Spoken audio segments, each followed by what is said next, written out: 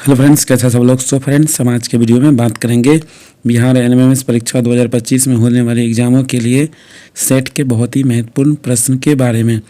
तो चलिए शुरू करते हैं। प्रश्न संख्या 1 है, निम्न में किसका अपवर्तनांक सर्वाधिक होता है।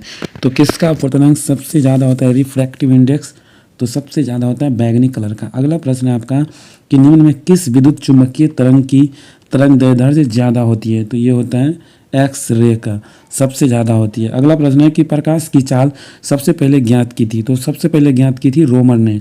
अगला प्रश्न है आपका कि सरल सूक्ष्मदर्शी में वस्तु को रखा जाता है।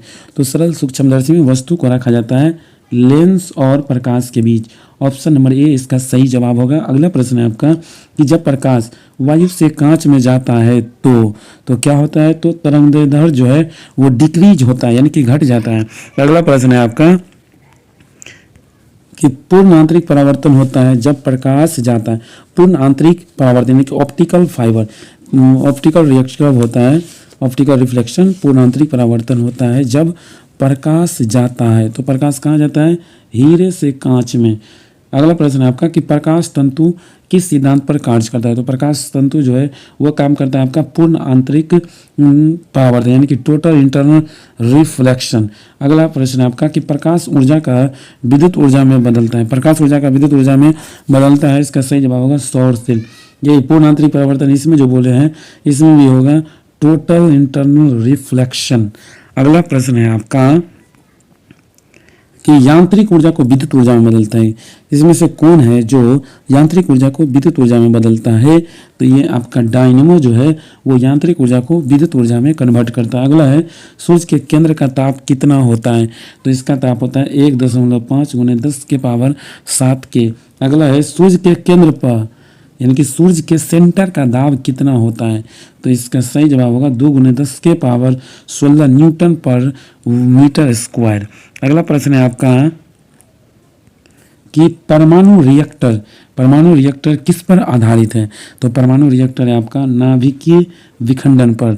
अगला प्रश्न है आपका परमाणु बम आधारित है। परमाणु बम किस पे आधारित है, तो ये आधारित है अनियंत्रित नाभिकीय विखंडन।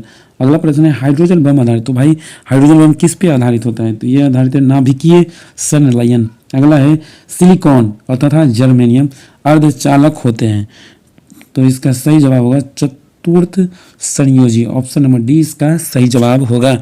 अगला प्रश्न है आपका कि पॉजिट्रॉन का खोज किसने किया था। तो इसका खोज किया था एंडरसन ने। अगला है 1 कूलम आवेश बराबर होता है 6.25 × 10⁻18 इलेक्ट्रॉन। अगला है किसी तार की प्रतिरोधकता निर्भर करती है।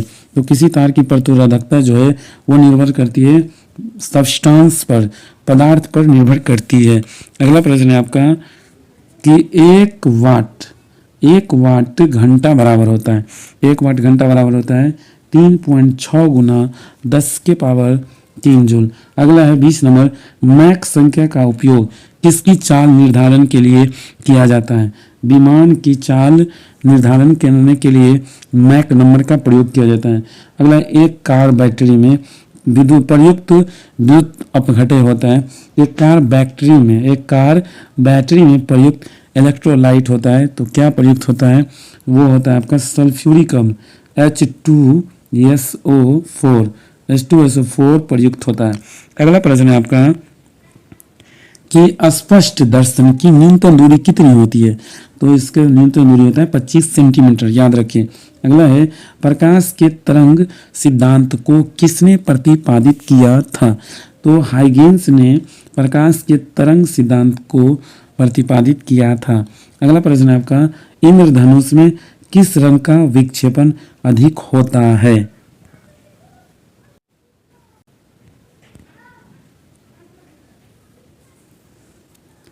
लाल रंग का विक्षेपण इंद्रधनुष में सबसे अधिक होता है। अगला प्रश्न है आपका कि पानी के ऊपर तेल परत का चमकना किसका उदाहरण है। तो भाई ये उदाहरण है आपका व्यक्तिकरण का। अगला है धूप के चश्मे की पावर होती है। तो धूप के चश्मे की पावर होती है 0 डायोप्टर। अगला प्रश्न है आपका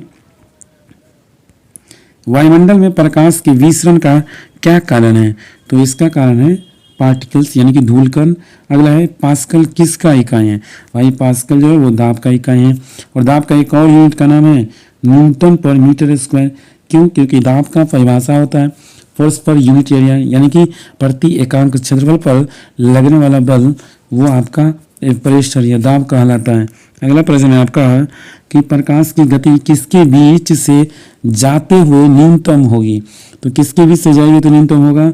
ग्लास, क्वार्ट्ज, कांच के बीच से जाएगा तो उसकी गति जो है न्यूनतम हो जाएगी। अगला है सूर्य की ऊष्मा पृथ्वी पर कैसे पहुंचती है? तो ये पहुंचता है आपका विकिरण द्वारा। अगला प्रश्न है आपका रेफ्रिजरेटर में थर्मोस्टेट का क्या कार्य होता है? तो इसका काम होता है एक समान ताप को बनाए रखना। अगर 4 डिग्री सेल्सियस टेम्परेचर तो उसको वैसा ही बना के रखता है, वो उसका काम है थर्मोस्टेट का। अगला है शुद्ध जल का क्वथनांक फ़ारेनहाइट में कितना होता है? तो ये होता है आपका 212 डिग्री फ़ारेनहाइट। अगला है आपका केल्विन तापमापी में बर्फ का गलनांक कितना होता है? तो इसका गलनांक होता है 273 के। अगला है ध्वनि का वेग सबसे ज़्यादा किस में होता है? तो सबसे ज़्यादा होता है इस्पात में। अगला है ध्वनि का वेग सर्वाधिक होता है, ध्वनि का वेग सर्वाधिक किस में होता है? ठोस द्रव्य में। तो ये होता है आपका ठोस में। अगला प्रश्न है कि आप कोई चीज़ सुनते हैं, ध्वनि का प्रभाव कान में कितने समय तक रहता है? पूछा गया क्वेश्चन है, तो फ्रेंड्स याद रखिएगा इसमें जो है ना ध्वनि का प्रभाव कान पर 1/10 सेकेंड तक रहता है।